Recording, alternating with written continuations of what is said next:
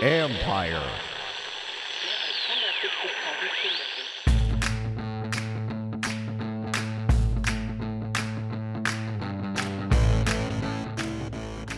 Hello and welcome to my podcast. I have a packed show for you today. I'm joined by Redskins linebacker Cole Holcomb, a guy who figures into their future without a doubt. Then it's a conversation with Jordan Raanan, who covers the Giants for ESPN. Honestly, it's amazing how similar these franchises are and have become. I think it's interesting to hear what he had to say about the Giants, the front office situation, and rookie quarterback Daniel Jones. Then it's on to Chef Mel. And I have to say, Mel gave out some good advice, but what he really needed was advice for a massive headache. Find out why he had one. It's kind of funny. Also, I had a Therapy Thursday session all set up for you. We had to scrap it this week. Don't worry, there will be another one very soon. But first, my conversation with Redskins rookie linebacker Cole Holcomb. Just one note, it was taped before the Redskins played the Eagles.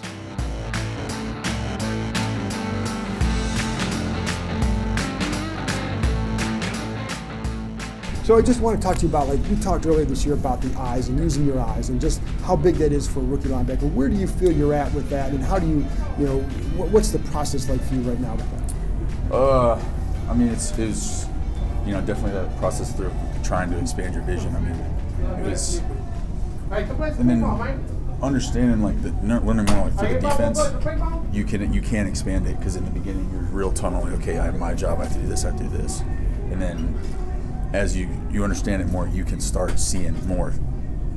More of the formation, more of what's going on, and when my college coach used to we'd always sit us on film holding our hands out. Okay. And we'd do this and be like, and it was like, so he knows hey, we're thinking we're seeing the whole formation, trying to see everything, taking pictures, and getting to that.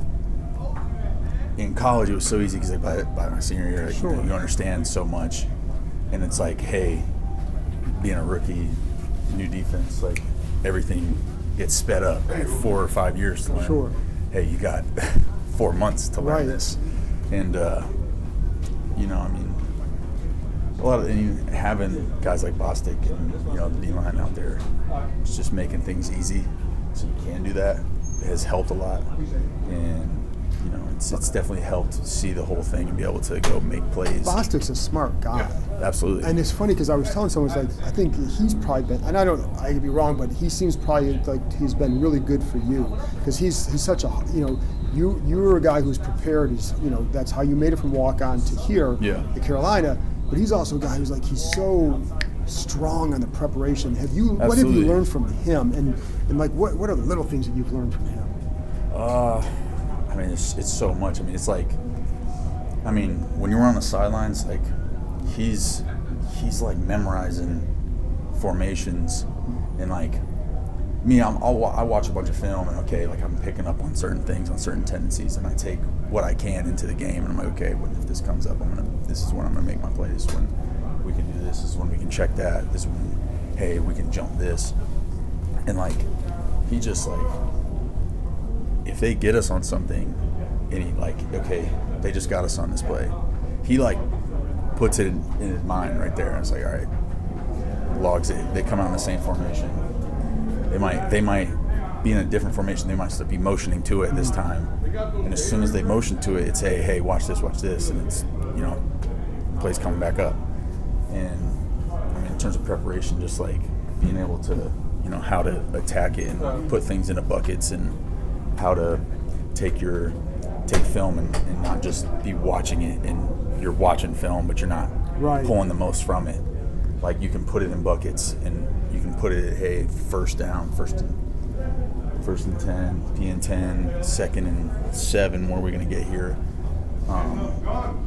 When they just things like that to pick up on has helped a lot. And for you, what's been the biggest?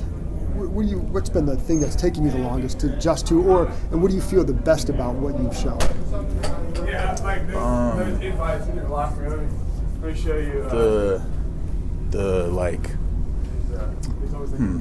That's a good question. I mean, it's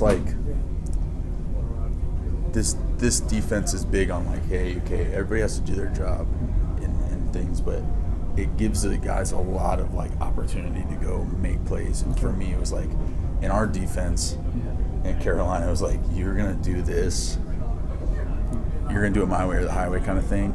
And there's like that fine line of like, hey, you got your job to do, but you also can go make a play. Right. So go make it. Don't be afraid to go take those opportunities and go make them. And Rob always says, like, this is the NFL.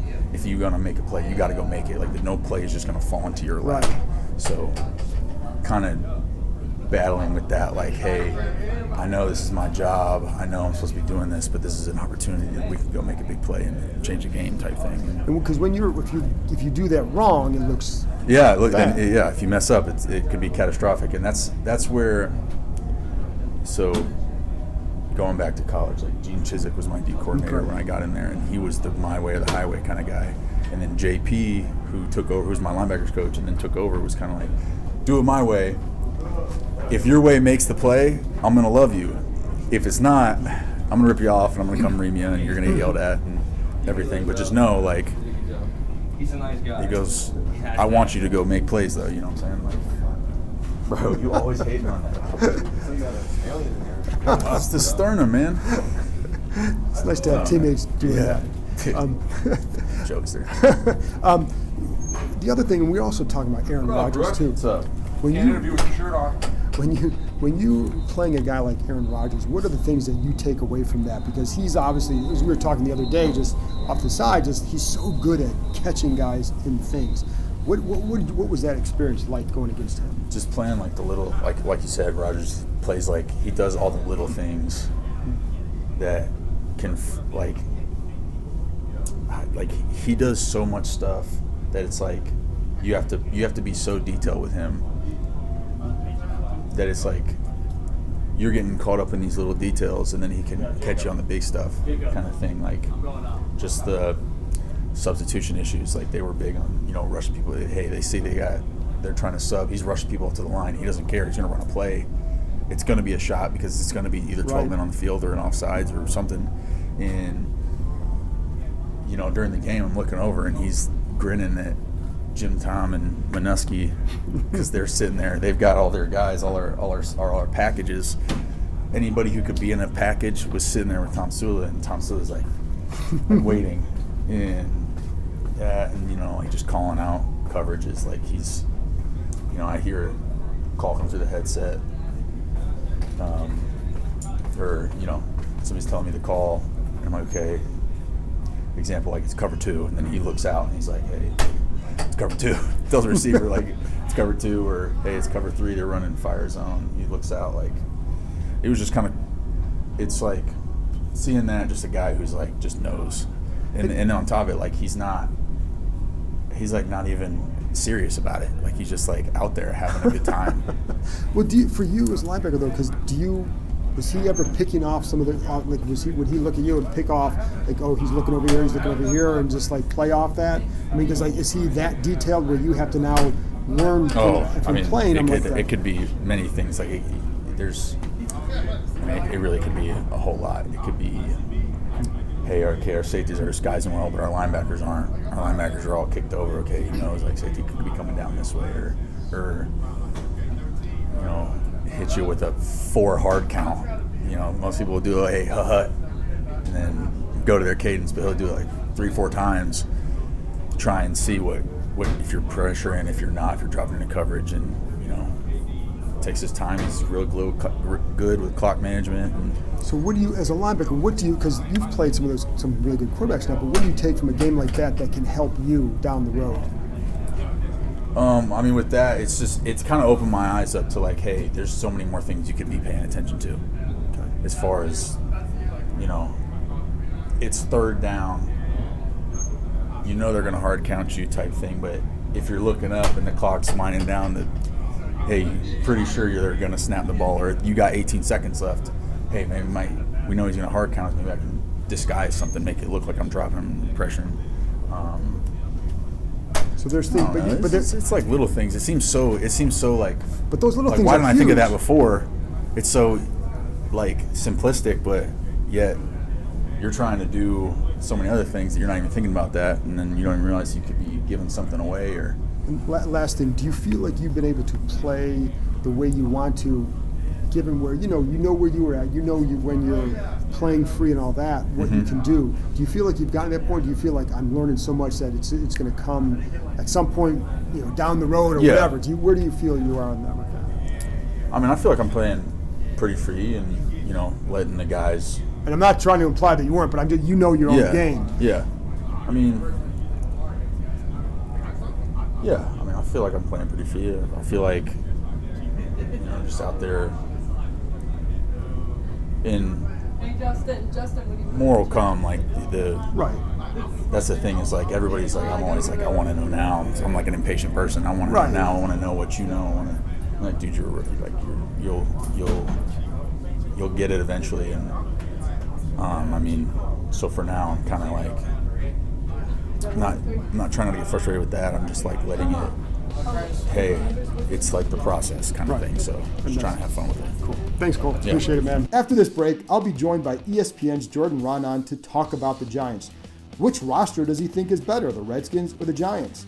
And how do the Giants feel about Daniel Jones this late in the season?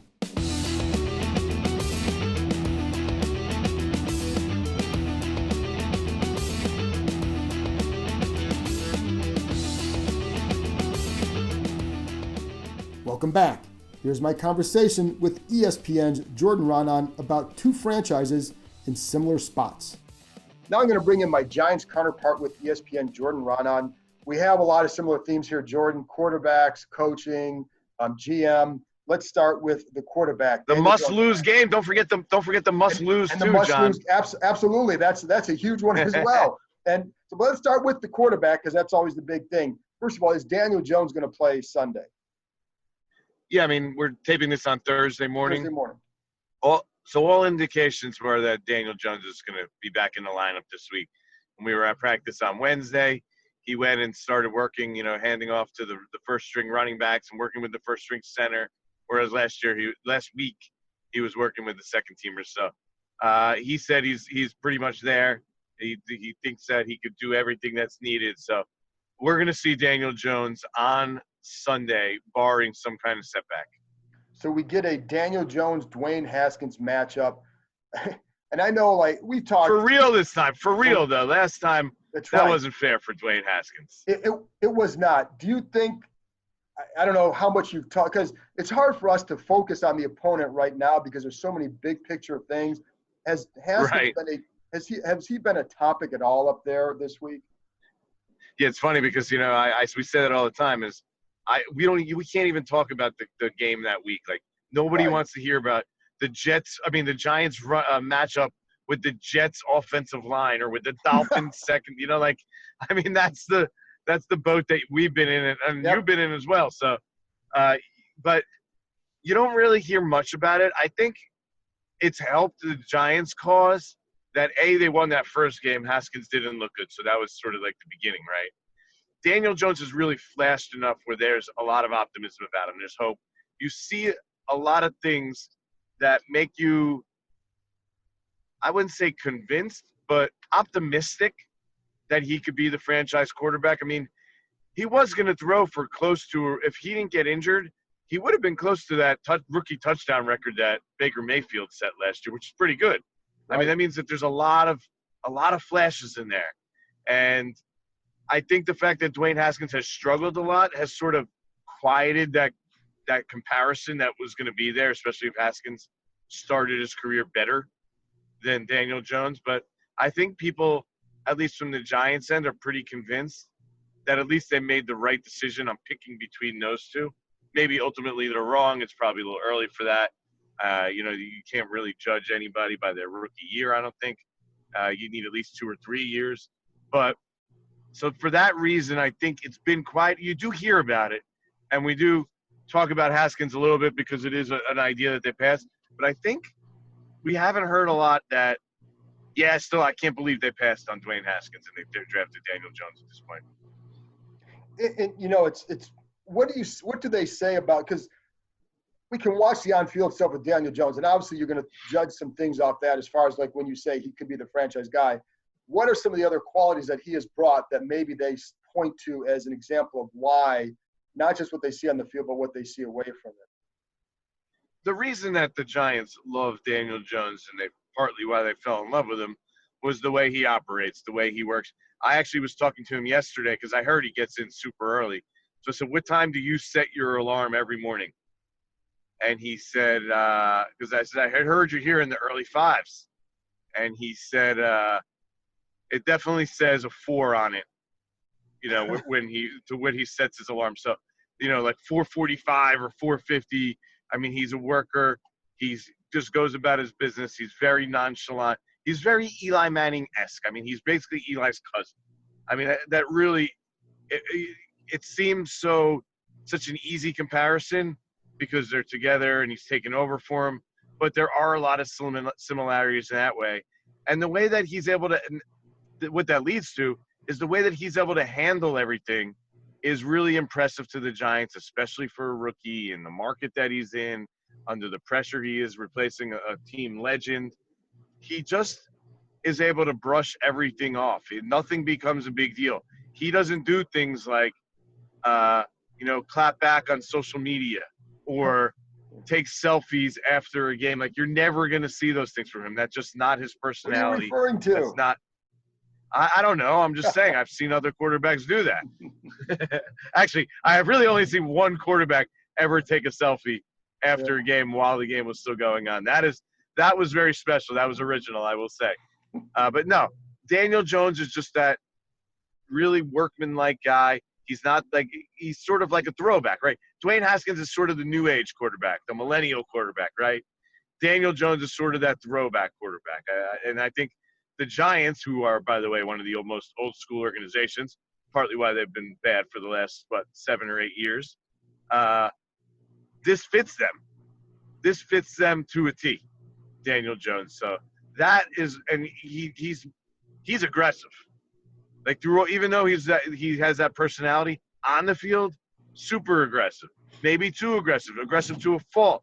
But I was talking to Dan Orlovsky recently, and what he said was, I would never tell a quarterback not to be aggressive, right? You want that. Like, you want him to be a little more judicious, but you never want to tell them, don't be aggressive. And so the Giants like that too, the fact that he's not scared. He'll throw 2 interceptions like he did against the Redskins, if you remember, back-to-back possessions. And then what happens? He goes out there and he's still firing the ball. He's not dumping the ball down or handing it off. He goes out there and he like nothing ever happened, and that's what the Giants love about him. And that certainly is something, because that's what I was going to ask you when you look at the turnovers, because that's been a theme with him. Is that usually what it stems from? I think they almost have too much confidence in him. They're like, okay, go do your thing. We're not going to hold back. You just threw 2 interceptions. We're not going to call a bunch of run plays. I think that contributes to it. His pocket awareness hasn't been great. It's something he needs to work on. Keeping 2 hands on the ball at all times was something that they've really been working on. But some of this could be problematic. Some of it, I'm sure, is just he's a rookie. That's part of what rookie quarterbacks do, right? I mean, one downside of a rookie quarterback is he turns the ball over a lot. But Kurt Warner actually told a funny story about how, and he heard it from Marshall Faulk. So, right, Marshall Faulk is on the Colts, and Peyton Manning's a rookie. And Peyton goes back there. He sees something on the field. He fires a pass. It's intercepted. He goes back to the bench, and he tells Marshall Faulk, I can make that throw, right? He goes back the next time the same situation comes up. Peyton Manning goes, fires the pass, intercepted again. Comes back to the bench, tells Marshall Faulk, I'm telling you, I can make that throw. I can make that throw. I can make that throw. Third time, same situation, goes, throws the pass. It's intercepted. Peyton Manning comes back to the bench. This is rookie Peyton Manning. Comes back to the bench and goes to Marshall Faulk, guess you can't make that throw at this level. So that's part of being a rookie quarterback and part of the lumps you have to learn. And Daniel Jones, that's part of the lumps he's taking. And it's funny because that's also about that mindset, because there are times even with Haskins where you'll see a ball thrown like, in college you can get away with that, and you have to learn what you can get away with in the NFL. Yeah, it's different. I mean, everybody's the best player in college. Remember that. So it's a totally different level. It takes time to get used to. You hope that they get it out of their system in the rookie year. Now, granted, the fumbling is a little head scratching with Daniel Jones. Then you don't want to see a guy fumble with 10 lost fumbles, I think it is. I mean, that's a crazy number, 15 fumbles. He had a chance to, really go after Kerry Collins' record for fumbles in a season if he didn't get injured, which is a little bit scary. In switching topics, because there's obviously going to be a vacancy here because they've already fired their coach, and I don't see Bill Callahan keeping the job unless there's some, major change here. But is there any? It was actually really funny in a conference call with us yesterday on Wednesday. Callahan said something like about Eric Flowers, and he's going to do really well in free agency when he gets that deal. When he hits the market, hits the deal, and you're like, wow, I get it. He's not coming back, but it was like he was just saying, hey, Eric Flowers is going to go somewhere else and get a new deal, which you'll only hear from a coach who obviously isn't coming back. Yeah, well, he was humorous. He was spending some money to have him re-sign Brandon Sheriff too. He's like, he's a Redskin through and through, and Sheriff's going to be a free agent as well. So there was definitely – but is there any way Shermer comes back? It's a long shot at this point. I mean, they would need – he would need like a miracle here late. Daniel Jones lights it up in the last 2 games, plays amazing. Giants win both. Really try to sell them that they're trending in the right direction, and he's the guy to sort of bring Daniel Jones along. But there's been too much that's gone wrong here over the last 2 years. I think they're 8-21 under Shermer, I believe the record is now. I mean, that's bad. There's just a lot working against them. I look, it's not all his fault 100% because this roster is terrible. The defensive side of the roster has no real difference makers. And people will sit here and spew to you about all the young talent on the Giants roster. The Giants roster is one of the worst in the NFL. Let's be clear. So he's dealing with that. He's dealing with that handicap. He dealt with the Eli Manning situation hovering over them. Now he's got a rookie quarterback. So is this 8-21 really all his fault? No, but there's been other things. I'm talking about in-game decisions, sort of like a fly by the seat of the pants approach that I think ownership's going to look at and say, look, we need to go in a different direction right now. This isn't working. We need to find somebody who's going to build this program the right way from the ground up. And that might include general manager too. Well, and that's what I was going to ask you because that's still being decided here. What's Dave Gettleman's status?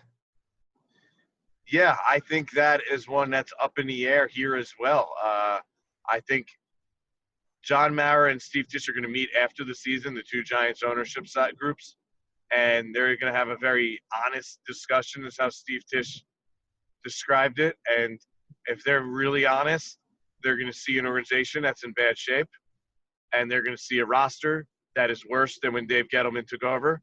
They have 0 Pro Bowlers this year. They got rid of some of their best players, and they did it in unorthodox fashion. They preach culture while sacrificing talent, and that's how you end up being 21. And we're going to see what happens, but he's definitely in trouble, Dave Gettleman. I just don't know how much, so I think right now I'll put it at 50-50. Wow. But look, you've been here before, teams have been here before. To get rid of the coach and then leave the GM who you were thinking about getting rid of is a pretty flawed way of operating. And then they stink next year. You have to get rid of Gettleman. You have a GM who doesn't align with the coach. And where are you as an organization? You're just a total disaster. You're the Cleveland Browns, you're the Jets, or the New Age Giants. That's what you would be. And it's funny because like the Redskins have actually had a level of stability. They just weren't winning, up until this year in terms of stability because you had the same front office people in place and the same coaching staff in place, and it wasn't working. And, I remember – Well, that's the argument with Gettleman, right? Yeah. That's the argument with Gettleman is you don't want to have an overhaul. But, like, if you have the wrong guy, you're better off just doing it and having that overhaul. You guys had the wrong guy up there. Yeah, and that's – down there. Yeah, and that's – it's funny because I talked to – there was a guy who had been in the league for a while, and I was talking to him about Bruce Allen, and he said, well, he pointed to Jay Gruden as a coach. He said it was one thing. He said, and this guy didn't like Gruden as a coach before the hire. So he was consistent in his thought, but he said one thing to have hired him, but then they gave him an extension and gave him to 6 years. So it was like one mistake in his mind, one mistake compounded another, and it leads you to this type of season. And that's what I was also, Jordan, There's nothing worse than doing that, because Right. then you're stuck in this cycle. You are. Right. And Then you're stuck in this endless vortex, this endless cycle of continually being stuck in awkward positions, and those being in those positions force you to make more mistakes. Yeah. Get desperate and make decisions that just aren't prudent and aren't sound long term. You have to take a long range view about this. And if you're going to rebuild your program, right, you rebuild your program with everybody. Like, you don't Right. rebuild your program and then keep a 37-year-old quarterback. That's how you end up where your Giants are. And that's how you end up where you are here, where it's funny because I do look at this roster for the Redskins. There's some young talent that I like, and I think there's some good building blocks here. The questions would be at quarterback, what's Dwayne Haskins? Is he really a franchise? Well, we haven't seen nearly enough to say, yeah, this guy, we've seen his steady progress, but I think the bar was low. I think there's a long way to go for him. We've seen, you know what I mean? So you can't say they've got their quarterback for sure. We don't know yet. I think we'll know more about that next year. I think I would take the Redskins roster over the Giants, but the Giants quarterback over the Redskins quarterback now. Yeah, and I think right now that's how most people would probably look at that too. And, because there's more known.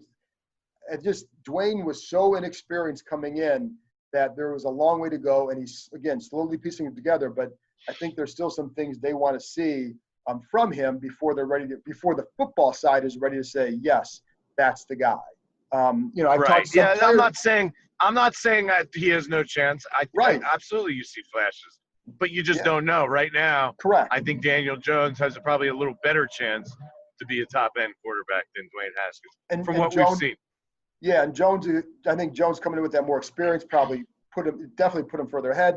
This place, the football side, and even the non-football side, knew that the best case scenario for Dwayne was not to play this year. Let him build his game. Right. I also think in the end he is doing more behind the scenes than he was when he wasn't playing. So I think in the end it's going to be a good experience for him. But that's the thing I was going to ask too, is like if you're an organization or coach looking for an organization, and let's say the Giants and Redskins are both open, where would you look first?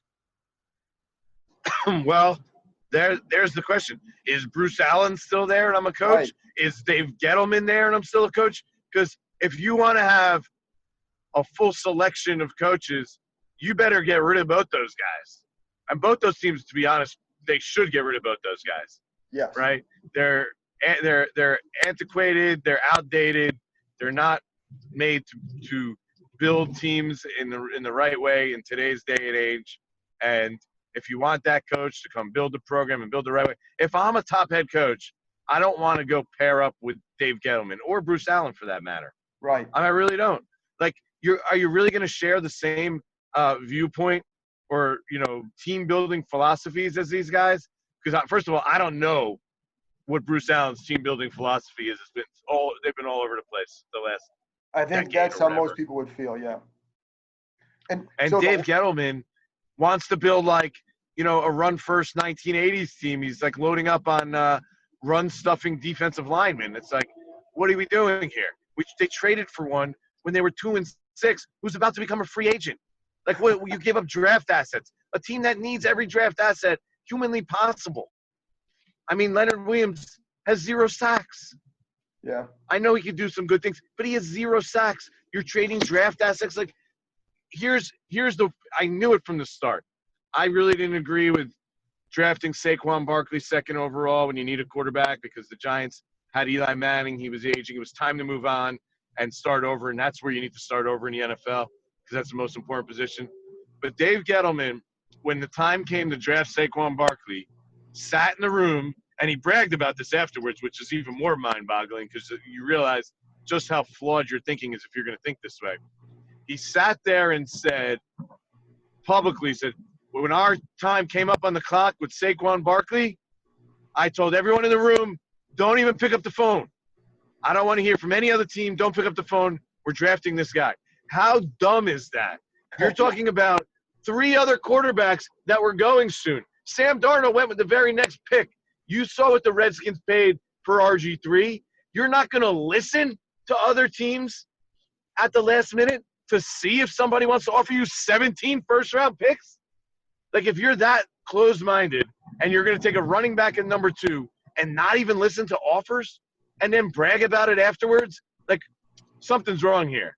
And that's why the Giants are where they are. So if I'm a head coach, I don't want to be part of that. Right. I'm putting my one chance at risk. And, you know, I think the same that I say with Dave Gettleman probably applies for Bruce Allen. So I would, you know, these organizations, if they want to do it right, have to get rid of both those guys, start from the ground up, build a total program, have somebody come in that's a program builder, which is why Matt Rule is a name that's being discussed a lot with the Giants, because he went into Temple, built up Temple, went into Baylor, was in shambles. Dude was one play away from making the college football playoffs. Yep. Now, he's not going to be the GM, but you want that kind of guy to come build a program. Absolutely. Urban Meyer Urban Meyer obviously could build a program. The dude won at Utah. He built – I mean, that program is still sustained because of what he built. So, last thing here. They made the playoffs at Utah. I know. I mean, nobody would have thought of that. No. At the time. Last thing, Jordan said, because I think both these fan bases are in a similar spot, and it's going to be weird on Sunday because every opposing team is invading – you know, their fans are invading FedEx Field. But who will the Giants be rooting for on Sunday? Because the Redskins fans, I think, are in the same spot. I think they kind of want to both see the same thing Sunday. Yeah. I mean, it's just a must-lose game. That's how the fan base views it right now. And they want Chase Young. Everybody sees what Chase Young can do. They say, we already drafted our quarterback last year. We want Chase Young. He's the guy. We got all the – really, if you think about it, the Giants – if they are able to lose this game, they have probably the worst strength of schedule, almost definitely, of all these teams right now that are in that 3-win range. They lose to the Redskins and the Eagles win this week. They beat the Cowboys. The Eagles are playing for the playoffs against the Giants the following week. You would assume the Eagles are going to win that game, right? So the Giants lose those 2 games. They're locked into the number 2 pick, basically. So, the Giants fans – They want to see the same as you want to see, right? It's the same thing here. Quarterback, play great, 3 touchdowns, no turnovers, 300 yards. But can we lose the game at the end on like a game-winning field goal or something like that? They'd be happy. That's the ideal situation for the fan base. And I think that same. Sound familiar? It is absolutely familiar here. And at this point, I don't blame them. You win 2 more games. What's it going to do? You have no coaches, these coaches aren't coming back. So it's not like you're building momentum at this point. So I think that for this fan base, that would be an ideal situation. So that's a good way. The Giants fan base is beaten down too, John. Yeah. You know, they didn't have a single player, not one player in the top 10 at their position of fan voting of the Pro Bowl. I mean, they have Saquon Barkley on their roster. I know he's been injured and hasn't been good this year, but you figure he would at least be thrown into a lot of votes because his name is Saquon Barkley, right? And because people love him. But this fan base is beat down right now. There's no team in the league with a worse record than the Giants to start as 2017. Wow. Well, I guess that's – and the Browns went 0-6. Browns went 0-16 in there, by the way. That's actually amazing. And I guess that's where, like, for the Redskins fans, they can point there and say, well, at least it hasn't been that bad. But right now it is. So they share a room in that the dorm of misery. So anyway, Jordan. Well, it's a battle for the NFC, last place in the NFC East. Yeah, there's an NFC East and an NFC least, and they're in the least. So, Jordan, that's they are. Good place to end it. And thanks a lot for coming on. We'll see you Sunday for this intense battle. After this break, I'll be joined by Chef Mel, who answers some of your food questions and does so with a big headache.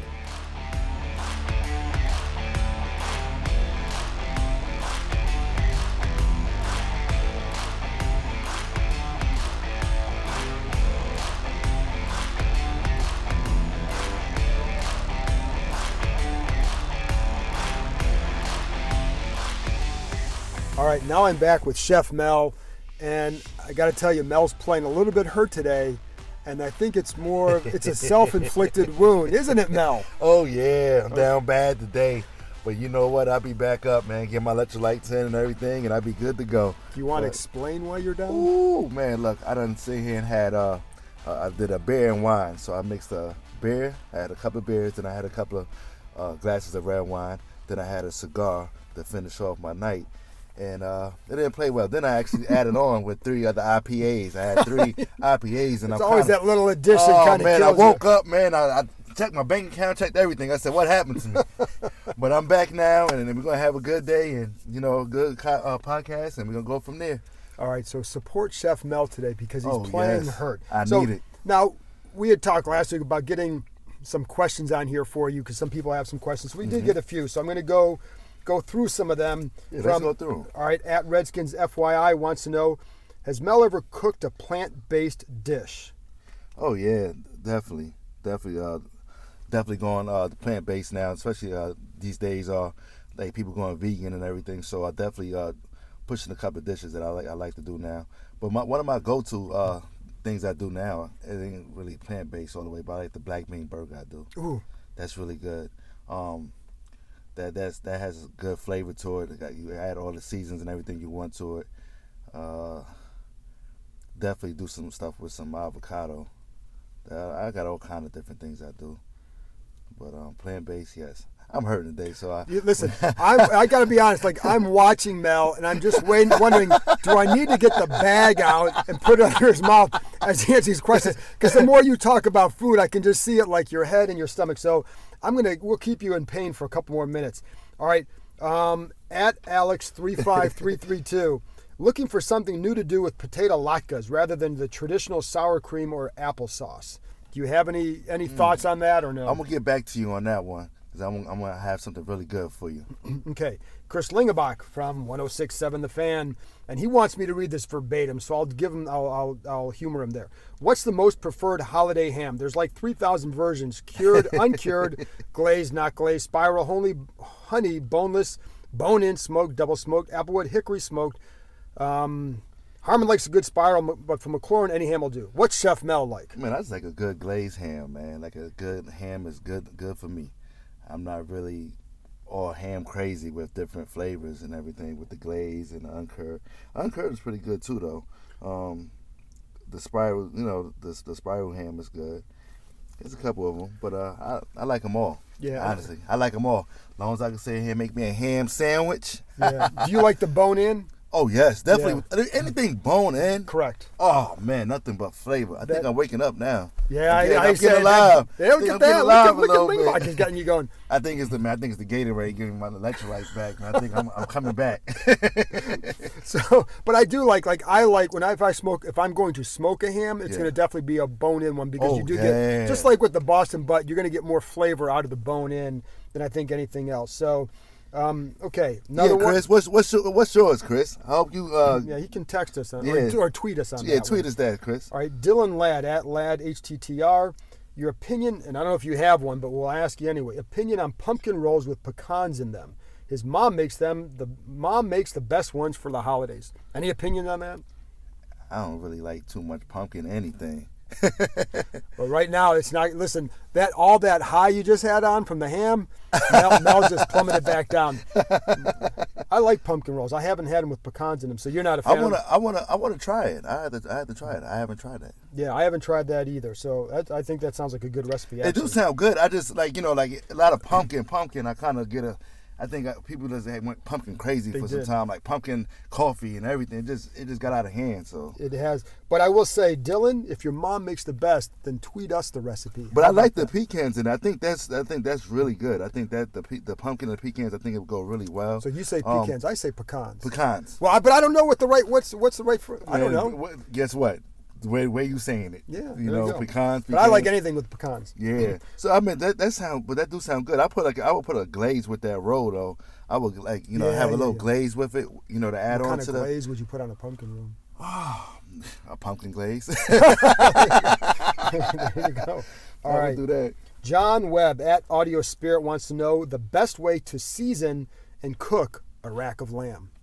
Oh man, with the rack and lamb, I do salt and pepper, a little teaspoon of olive oil, and that would do it. Then I added my rosemary to it. I chop up some rosemary and add that to it, and that would actually do it. And you put it in the grill, it's amazing. So you really don't need too much to season up a lamb. It's really your preference. I really got like a little secret recipe I do with my lamb. But it's not really too much of a secret. It's just like fresh herbs that I actually use to really enhance the flavor on the lamb, because the lamb is amazing by itself. Just a little salt and pepper will do it. And another guy, he was talking about a fried turkey that he do. Oh, that's right. And it's not underneath here. I saw that in there. He was telling me he fried a turkey. I'm trying to get to him. Yeah, I saw that. He did not put it under the question. That's why I didn't see it. He didn't follow the rules, Mel. Yeah, he didn't follow the rules. Flag on the play, man. Yeah, so he's bringing the show down. But look at Mel's kind of into it now, so I think we're okay. Oh, his name is Reginald Skinner. Oh yeah. Reginald Skinner. Oh yeah. Reggie. Yeah, I want some of your turkey, man. I want some of your fried turkey, man. I like. What did he say that he did?